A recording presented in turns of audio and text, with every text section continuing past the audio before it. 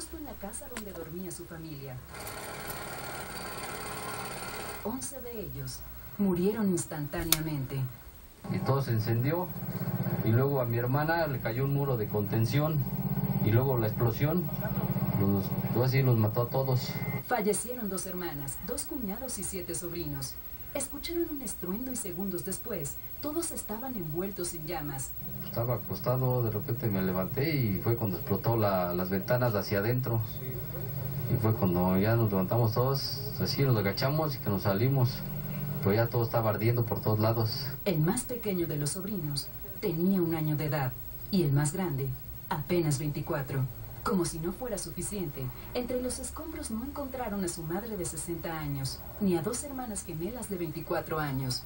Mario estaba en la planta de abajo y solo sufrió quemaduras de primer grado.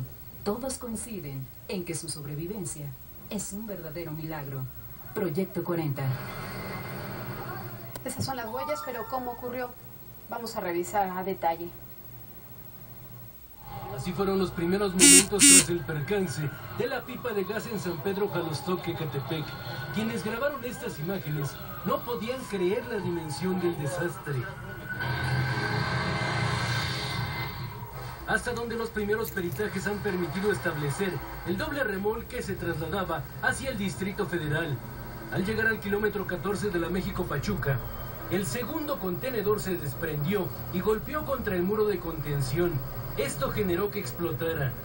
La onda expansiva fue tal que el contenedor rompió el muro, siguió con su camino hacia la izquierda, atravesó los carriles de contrasentido y en su trágico recorrido pasó sobre varias casas destruyendo e incendiando todo a su paso. Finalmente el contenedor terminó impactado contra una barda aproximadamente a 100 metros del lugar.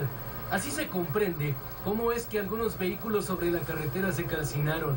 Las llamas cruzaban por debajo de la autopista. Nadie se acercaba a la zona del incendio por lo intenso del calor.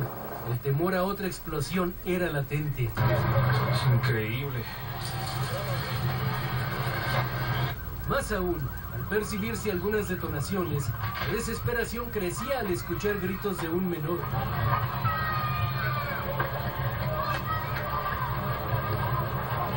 En medio de la penumbra se ayudaba a los sobrevivientes.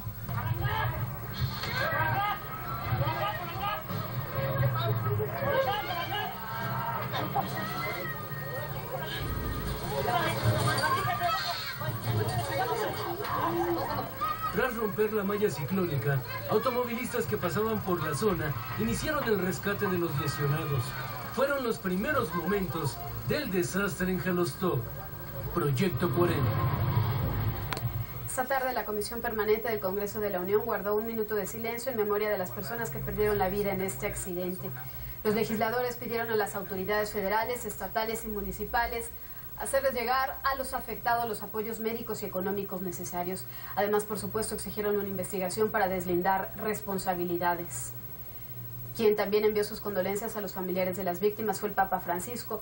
En un telegrama dirigido al obispo de Ecatepec, Óscar Roberto Domínguez, el sumo pontífice lamentó las pérdidas humanas e hizo votos por la pronta recuperación de los lesionados. El mensaje a nombre del pontífice fue firmado por el número 2 del Vaticano, el cardenal secretario de Estado, Tarcisio Bertone. Mientras definen quién es el responsable, a nosotros no nos importa el si hubiera. Si hubiera leyes, si se respetaran, si no hubiera pasado por ahí esta pipa. Más de 20 muertos, casi 30 heridos. La crónica de otra tragedia que se pudo evitar si el conductor hubiera sido responsable y no hubiera excedido el límite de velocidad. Si las autoridades del ramo llevaran mayor control de los choferes que manejan estas unidades, que pasa incluso por el doping. Si se respetara la norma oficial 012 sobre el peso y dimensiones máximas con que pueden circular los vehículos del autotransporte que van por los caminos y puentes de jurisdicción federal. La lógica es simple. A mayor volumen desplazado, más riesgo. Y si encima le suma que es una sustancia peligrosa, pues ahí tiene el resultado. Pero, ¿quién inspecciona y quién obliga que se cumpla la normativa actual en cuanto al límite de peso y velocidad de los vehículos? El hecho contundente demuestra que nadie. ¿Cuánto pesaba la pipa? Ya habrán de estimarlo o determinarlo los peritajes, pero era una doble salchicha. Si el Congreso hubiera aprobado la iniciativa del entonces senador del PRI, Arturo Gutiérrez Zamora, que proponía prohibir la circulación en autopistas a camiones con doble remolque y los que sobrepasen las 32 toneladas de peso en su carga, con la finalidad, decía la iniciativa, de salvaguardar la vida y bienes de las personas que transitan en caminos y carreteras de México. Pero no, la propuesta de Zamora implicaba cambios sustanciales a la ley. En consecuencia, se quedó ahí, en las comisiones. Mientras el armatoste siniestrado circulaba libremente por la autopista con toda su carga. Si le hubieran hecho caso a sus propios informes, por ejemplo, el de vulnerabilidad de las carreteras y el transporte de materiales peligrosos, realizado por la Procuraduría Federal para la Protección al Ambiente, Profepa, que señaló que de 2006 a 2009 ha habido 1.199 colisiones que involucran vehículos con materiales peligrosos, con saldo de 196 muertos, 838 lesionados y daños materiales por 17.8 millones de dólares. Pero el hubiera no existe. Los muertos sí. Van más de 20 y la lista podría aumentar. Selene Ávila, Proyecto 40. Lo peor es que el peligro para las personas que viven en esta zona no es pasajero. Esto es vivir al borde. Viven a la orilla de la tragedia. En la autopista México-Pachuca, donde se impactó la pipa.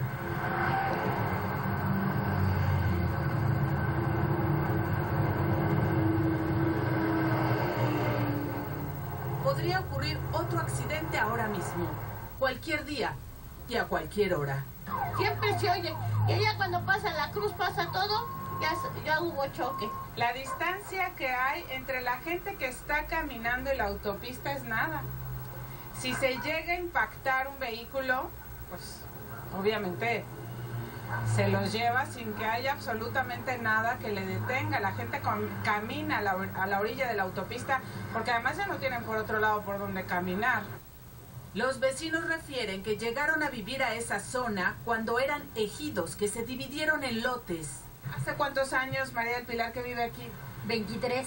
Yo llegué cuando todavía había siembra y todo eso. Había muy pocas casas. Por aquellos días había un carril para que circularan los vehículos, pero con las ampliaciones ahora tiene 8. ¿Cómo van los trabajos? Bien. ¿La autopista? Bien, hasta eso bien. ¿Cuál es su nombre? Pablo. Pablo. ¿Para quién trabaja, Pablo? Para ICA. Vamos a ampliar la carretera. Pero de todos modos está muy pegado a la casa. Sí. La autopista los alcanzó.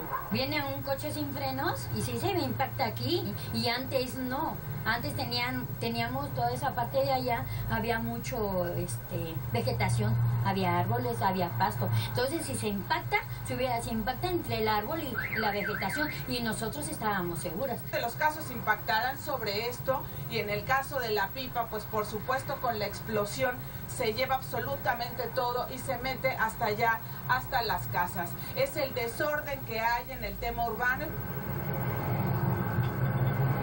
Hace 8 días o 10 días aplastaron a un señor. Acá de este otro lado tenemos perros ladrando, tinaco y autopista. Aquí viene un tráiler que pasó. La circulación, las casas pegaditas a la autopista. Entre las hipótesis sobre el siniestro de la pipa está la posibilidad de que un vehículo de transporte público se atravesara. Y tiene lógica. Todo es un desorden.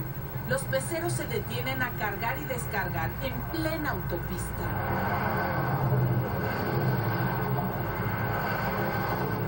El tema de la tragedia ocurrida en Jalostoc tiene muchas aristas y una de las aristas es precisamente cómo va creciendo la mancha urbana, dónde están los asentamientos humanos, pero también cómo se construyen las vías de comunicación, bajo qué normas deciden ampliar una autopista, con qué impactos para la comunidad que vive al lado, porque no es nada más poner una vía de comunicación por ponerla.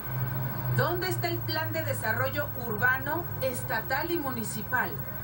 ¿Qué responderá la Secretaría de Comunicaciones y Transportes? Si la pipa no se hubiera estrellado en las casas, el siniestro habría sido de menor magnitud. Al pasar frente a la zona cero se ven las coronas. Son el símbolo de la muerte. Y qué contradictorio, porque la muerte vive junto a la autopista. Selene Ávila, Proyecto 40. Y la verdad, no sé cuántas tragedias tenemos que enlistar, porque esta no es la única. Parece que no entendemos. ¿Quién no recuerda el 9 de septiembre de 2007, cuando un camión cargado con 25 toneladas de dinamita explotó en el poblado de Silimanía, Coahuila, dejando un boquete de 2 metros? Ese día, 29 personas murieron y más de 100 resultaron lesionadas. El conductor chocó contra otra unidad, se volcó y después vino el estallido. El 9 de agosto de 2011, un tráiler destruyó una estancia infantil en Aranberry, Nuevo León. 3 menores de edad y 3 adultos perdieron la vida en el lugar. El exceso de velocidad, una falla mecánica y la sobrecarga se combinaron en este accidente. La pesada unidad impactó al edificio a más de 120 kilómetros por hora. A un tráiler de doble remolque se le desprendió una de las cajas y se estrelló con el autobús en el que viajaban estudiantes de la UNAM el 12 de abril del año pasado. Ocurrió en la autopista México-Toluca en el Estado de México. 5 jóvenes y un catedrático perdieron la vida y en total hubo 27 lesionados. El conductor conducía a exceso de velocidad y días después fue consignado. También en abril de 2012, 44 personas murieron en Veracruz debido a un tráiler en pésimas condiciones que circulaba por una carretera donde no tenía permiso para hacerlo. Además, iba cargado con varias toneladas de sorgo. Tras ver la magnitud de la tragedia, el conductor responsable escapó. Este accidente ha sido considerado como la peor tragedia de los últimos tiempos en el estado. Ejemplos como estos, llenos de negligencia, muestran la importancia de regular y vigilar las prácticas de las empresas de transportes en las carreteras de todo el país. Proyecto 40. Así que insistimos, cuántas coronas, cuántas cruces tenemos que colocar a lo largo de estas carreteras. Como todos los días, los invitamos a que hagamos juntos